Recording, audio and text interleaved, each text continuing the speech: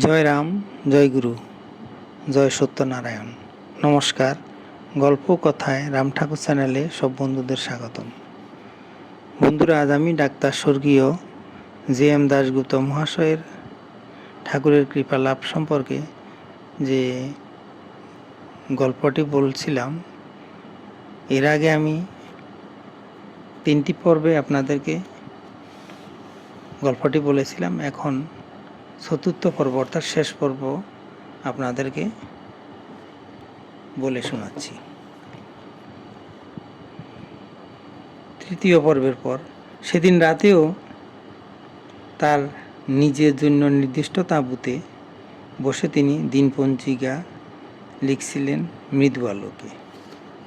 Pocket ওয়াচটি তার টেবিলের উপর রেখে, যাতে আলো নেভাবার নির্দিষ্ট সময়ের পূর্বেই তার লেখা সমাপ্ত হয়, সেদিকে দৃষ্টি রাখার জন্য এক মনে ডাক্তার দাশগুপ্ত অনেকক্ষণ ধরে লিখে যাচ্ছিলেন। হঠাৎ পকেট ওয়াচটির উপরে টর্চের তীব্র আলো এসে পড়ল। ভয়ে ভরা চোখে তিনি দেখে আতঙ্কিত হলেন।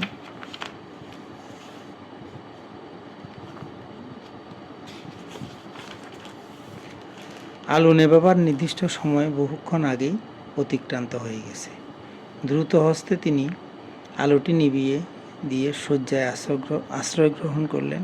কিন্তু সারা দিনের এই ক্লান্তিও আজ রাত্রে তার শক্তি আনতে পারল না।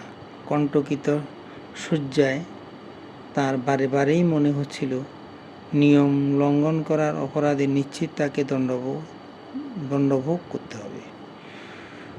শুধু সেই রাতেই নয়, তারপর অনেক দিনই উচ্চপদস্থ সেনা বিভাগের কর্মচারীকে দেখলেই তার আশঙ্কা জেগে উঠত, এই বুঝি পরোয়ানা ধরিয়ে দেয়। দিন 15 কেটে যেতে তার এই আশঙ্কা অনেকাংশে দূরীভূত হলো। কিন্তু এই দুশ্চিন্তা তার মনে প্রবল হয়ে উঠত। সুদূর মেসোপটেমিয়ায় কে তার এমন বান্ধব এসেছিলেন, যিনি টর্চের তীব্র আলো ফেলে সমূহ বিপদের হাত থেকে সম্পূর্ণভাবে তাকে রক্ষা করেছিলেন। আকাশ পাতাল অনেক তিনি ভেবেছেন এত বছর। সেখানে স্থিতি ছিল স্বল্পকালের। দিন কাটত আহত নিহতদের নিয়ে। সৌহার্দ্যের সম্পর্ক মনে তো পড়ে না কারো সঙ্গে গভীর হয়েছিল। তবে এই বান্ধবটি কে, যিনি নিঃশব্দে এসে শুধু তাকে বিপদের হাত থেকে রক্ষা করে নীরবে চলে গেলেন। দু চোখের জল ডাক্তার দাশগুপ্তের তখন টলমল করছে। ডাক্তার দাশগুপ্ত মাথা তুললেন। ঠাকুর মহাশয় তখন উপস্থিত নরনারীকে রামায়ণী কথা শোনাচ্ছিলেন। আর নিজেকে সামলে রাখতে পারলেন না, লুটিয়ে পড়লেন তিনি ঠাকুর মহাশয়ের চারুচরণ দুখানিতে। বাল্যে দেখা সেই বন্যার জল এতকাল পরে সেই জমাট জলের কপাট উন্মুক্ত হয়ে তার কি দুই নয়নে গণ্ডে কণ্ঠে বয়ে বক্ষ প্লাবিত করছে। কাঁদতে কাঁদতে ডাক্তার দাশগুপ্ত ঠাকুর মহাশয়কে বললেন, বাবা, কালো জামের গাছে রাত কাটিয়েছি, তখন আমার বয়স 12-13। মেসোপটেমিয়া থেকে ফেরার অনেক পরে আপনি দয়া করে আমায় নাম ও দর্শন দিয়েছেন। দুটি ঘটনাই নাম নেওয়ার অনেক আগে। চোখ মুছে পুনরায় ডাক্তার দাশগুপ্ত বলতে লাগলেন, দীক্ষার ক্ষণ থেকেই আমার ধারণা ছিল গুরু আশ্রয় দেন। কিন্তু এখন দেখছি আপনার দৃষ্টি এই অদমটার উপর অনেক আগে থেকেই পড়েছে। এত করুণা আপনার আমার উপর। ডাক্তার দাশগুপ্তের এত কান্নাকাটির কোনো কারণেই খুঁজে পেলেন না, যেমন সত্যেন্দ্র মিত্র মহাশয় অথবা উপস্থিত অন্য নরনারীরা। ঠাকুর মহাশয় দৃঢ় স্বরে বললেন, আপনি এতক্ষণ এখানে বসে আছেন, চেম্বারে অনেক রোগী আপনার অপেক্ষা করতে আছেন। এক্ষুনি উঠেন, সেখানে গিয়া তেনাদের চিকিৎসার ব্যবস্থা করেন। কর্তব্যকর্মে কখনো গাফিলতি করবেন না। বন্ধুরা, 4র্থ পর্ব অর্থাৎ শেষ পর্ব আজকে এখানে শেষ করলাম। এখন আমি শ্রী শ্রী ঠাকুরের একটি বাণী পাঠ করে আপনাদেরকে শোনাচ্ছি।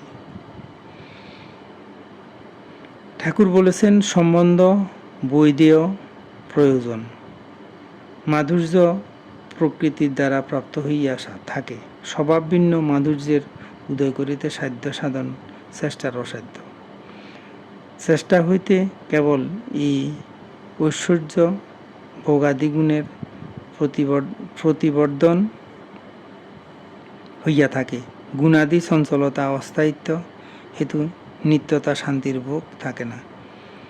যেহেতু সুখান্তে দুঃখ, দুঃখান্তে সুখ স্বভাবেই উদয়স্ত গতি হইয়া থাকে স্থিতিহীন, ইহারা ভাগ্যক্রমে উদয় হইয়া অস্ত হয়। অতএব অন্তবন্ত কর্মফল ভোগের জন্য প্রয়াস সাধ্য সাধন বিড়ম্বনা মাত্র। বেদবাণী 1। বন্ধুরা, আজ এ পর্যন্তই। আগামী দিন আবার শ্রী শ্রী ঠাকুর সম্পর্কে গল্প বাণী নিয়ে আপনাদের সাথে থাকব। বন্ধুরা, চ্যানেলটি যদি আপনাদের ভালো লেগে থাকে তাহলে সাবস্ক্রাইব করে চ্যানেলটির পাশে থাকবেন। আর নতুন বন্ধু হলে প্লিজ সাবস্ক্রাইব করতে ভুলবেন না। আর বেশি বেশি করে লাইক, শেয়ার, কমেন্ট করবেন, যেন আগামীতে আরও নতুন নতুন গল্প নিয়ে এবং গল্পের মাধ্যমে ঠাকুরের লীলা কথা নিয়ে আপনাদের সাথে থাকতে পারি। ধন্যবাদ, ভালো থাকবেন। জয় গোবিন্দ, গুরু কৃপায় কেবলম।